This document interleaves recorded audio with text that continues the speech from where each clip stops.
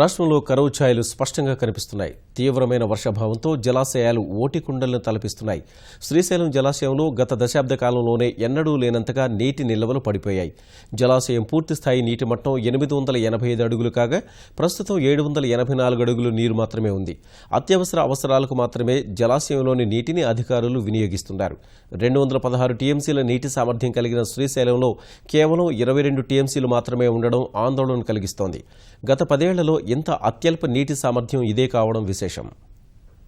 తెలంగాణ రాష్ట్రాలకు సాగు తాగునీటితో పాటు విద్యుత్ అవసరాలను కూడా తీరుస్తున్న శ్రీశైలం జలాశయం తీవ్రమైన గడ్డు పరిస్థితులను ఎదుర్కొంటుంది. ప్రస్తుతం మనం శ్రీశైలం జలాశయంలో ఉన్నాం. ఈ శ్రీశైలం జలాశయం పూర్తి స్థాయి సామర్థ్యం 885 అడుగులు, అంటే 216 టీఎంసీలు ఉండాల్సిన ఈ శ్రీశైలం జలాశయంలో ప్రస్తుతం కేవలం 22 టీఎంసీలు నీరు మాత్రమే ఇక్కడ ఉంది.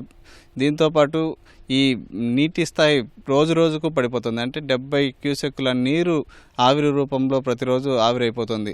అంటే ఈ గత దశాబ్ద కాలంలో ఎప్పుడూ కూడా ఈ స్థాయిలో నీరు తగ్గిన పరిస్థితి లేదు. ఈ దశాబ్ద కాలంలో మొట్టమొదటిసారి అత్యల్పంగా నీటి నిల్వలు పడిపోయాయి. అంటే ప్రస్తుతం 784 అడుగుల నీరు మాత్రమే జలాశయంలో ఉంది. మనం చూడొచ్చు ఇక్కడ వాటర్ లెవెల్ మనకు చూపించే ఇక్కడ మీటర్ కూడా దీనికి అంటే కిందికి పడిపోయింది. ఈ మధ్య కాలంలోనే ఆంధ్ర తెలంగాణలకు తాగునీటి అవసరాల కోసం 6.5 టీఎంసీల నీటిని ఇక్కడ నుంచి వదలడం జరిగింది. 2000 సంవత్సరంలో 735 అడుగుల వరకు నీరు పడిపోయింది. అంటే ఆ తర్వాత గత దశాబ్ద కాలంలో ఇదే అత్యల్పంగా నీటి నిల్వలు పడిపోవడం ఇదే మొదటిసారి. అంటే ఈ తీవ్రమైన వర్షాభావ పరిస్థితుల కారణంగానే ఇటు ఆంధ్రప్రదేశ్లో కానీ, ఎగువ రాష్ట్రాలైనటువంటి మహారాష్ట్రలో కానీ, ఇటు కర్ణాటకలో కానీ తీవ్రమైన వర్షాభావ పరిస్థితుల కారణంగానే ఈ పరిస్థితి ఏర్పడిందని చెప్పి అధికారులు చెప్తున్నారు. శ్రీశైలం జలాశయంలోకి ప్రతి సంవత్సరం 1072 టీఎంసీల నీరు సరాసరి వచ్చి చేరుతుంది. అంటే జూన్ 1వ తేదీ నుంచి మే 31వ తేదీ వరకు నీటి సంవత్సరం అంటారు. ఈ నీటి సంవత్సరంలో సుమారు 1000 టీఎంసీల నీరుకు పైగా ఇక్కడికి చేరే అవకాశం ఉంది. అయితే ఈ సంవత్సరం తీవ్రమైన ఎగువ ప్రాంతంలో కానీ, ఇటు ఆంధ్రప్రదేశ్లో కానీ తీవ్రమైన వర్షాభావ పరిస్థితుల కారణంగా కేవలం 42 టీఎంసీల నీరు మాత్రమే జలాశయంలో చేరింది. అంటే ఇంత అత్యల్పమైనటువంటి నీరు ఎప్పుడూ గత దశాబ్ద కాలంలో ఎప్పుడూ చేరని పరిస్థితి. ఈ పరిస్థితి కారణంగానే తీవ్రమైనటువంటి తాగునీటి ఎద్దడి కూడా నెలకొంది.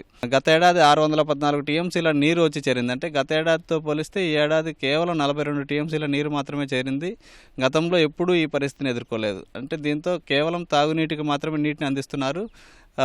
తాగునీటితో పాటు ఈ విద్యుత్ అవసరాలను ఏమాత్రం అంటే కుడిగట్టు విద్యుత్ కేంద్రం కానీ, ఎడమగట్టు విద్యుత్ కేంద్రంలో కానీ విద్యుత్ని పూర్తిగా నిలిపివేయడం జరిగింది. అంటే ఈ మధ్యనే 6.5 టీఎంసీల నీటిని తాగునీటి అవసరాల కోసం ఇచ్చినప్పుడు సూయేజ్ గేట్ల ద్వారా కొంత కుడిగట్టు విద్యుత్ కేంద్రం నుంచి కొంత విద్యుత్ని ఉత్పత్తి చేయడం జరిగింది.